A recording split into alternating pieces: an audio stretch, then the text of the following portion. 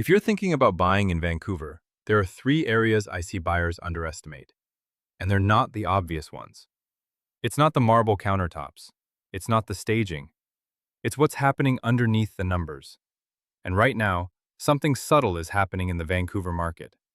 Prices aren't exploding. They're not collapsing either. Inventory has built up in certain pockets, especially detached homes east of Maine and older condos in Burnaby and parts of Richmond. But demand hasn't disappeared. That kind of environment exposes weak pricing. The first thing you need to understand is market value versus assessed value. Every January, BC Assessment releases numbers, and every year, buyers and sellers anchor to them.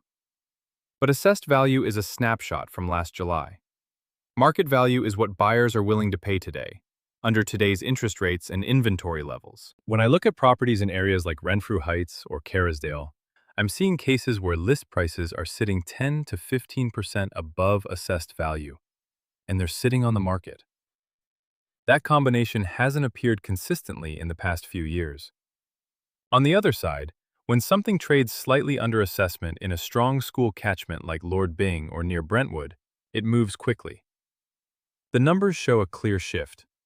Buyers are no longer chasing momentum, they're calculating. And if you overpay in a market like this, your future upside compresses. Second, property taxes and long-term carrying costs. Many buyers assume the current property tax bill is what they'll pay. But taxes are based on assessed value, and if you purchase well above that number, over time your taxes adjust upward. It doesn't feel dramatic in year one, but over 5 or 10 years, especially on a $2 million East Van home, that difference becomes real money. When I work with families relocating from Toronto or Calgary, this is often overlooked. Holding costs in Vancouver already require discipline.